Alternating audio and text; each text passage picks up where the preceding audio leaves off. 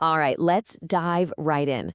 We're going to talk about something that feels like it's straight out of science fiction, but it's actually all around us: machine learning. Now, I know it sounds super complicated, right?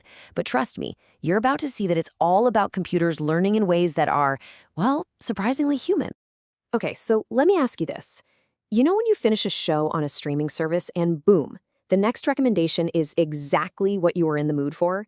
Or how about when you just type beach into your phone's photo gallery and it instantly finds every single vacation photo? It's kind of spooky, isn't it? Almost like it's reading your mind. Well, that little bit of magic? It's not magic at all.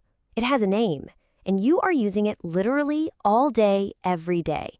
Those movie recommendations, the spam filter that, thank goodness, keeps your inbox sane, your phone unlocking just by seeing your face, even the weather forecast. It's all powered by machine learning. So, what is this thing really? At its heart, machine learning is a type of artificial intelligence that totally flips traditional programming on its head. See, instead of giving a computer a strict set of rules to follow step by step, we just feed it a whole bunch of data and let it figure out the patterns for itself. It actually learns and gets better on its own. So, how does this learning actually happen? Well, we can break it down into three main styles. Let's kick things off with the most common one. It's called supervised learning, and the easiest way to think about it is like this. It's like learning with a teacher. Just imagine you're studying for a big test. A great teacher wouldn't just give you a bunch of practice problems, right? No, they'd also give you the answer key, so you can look at the question, look at the correct answer, and start to connect the dots. You learn the relationship between the two.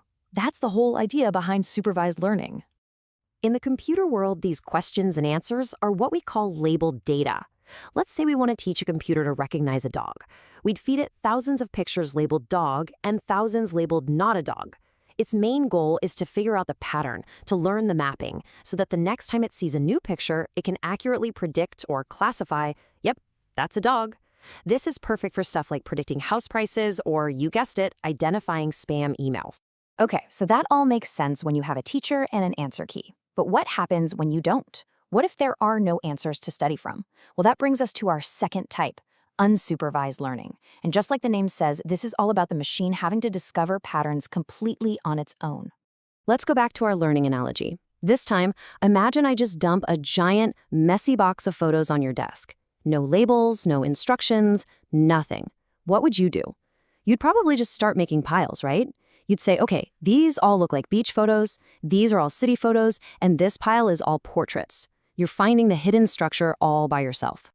And that is exactly what the machine does here. It takes a whole bunch of unlabeled data and finds the hidden groups or patterns inside.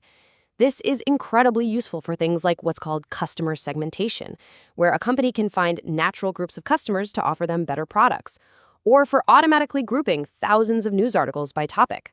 Here, the machine is more of an explorer than a student. Our third type is maybe the most dynamic and exciting one of all: reinforcement learning. This isn't about data with or without labels. Nope. This is all about learning from the consequences of your actions. It's about learning from pure experience. Honestly, the best analogy for this is training a dog. When your dog sits on command, you give it a treat. That's a positive reward. When it does something it's not supposed to, it gets a correction. That's a penalty. Over time, the dog just learns which actions lead to the treats. And that's the reinforcement learning loop in a nutshell. You have an agent, think of a self-driving car or a game-playing AI, and it takes an action in its environment. Based on that action, it gets a reward or a penalty. It then uses that feedback to learn what the best possible move is in any situation, all to get the most rewards it can over time. This is where the method really shines, and you get some jaw-dropping results. It's the secret sauce behind AI that can master super complex games like chess. It helps robots learn to navigate tricky, uneven ground, and, you guessed it, it's an absolutely critical piece of the puzzle for developing self-driving cars that have to make split-second decisions on the road. Phew! Okay, we've covered a lot of ground here. So let's just do a quick recap to bring all three of these powerful learning methods together.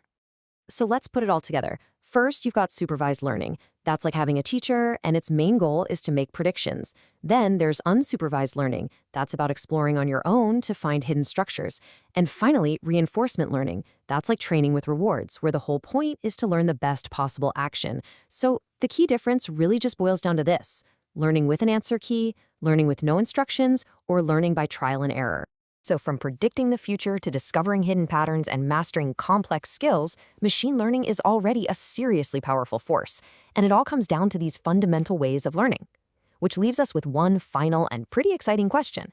Now that we can build machines that actually learn, what should we teach them next?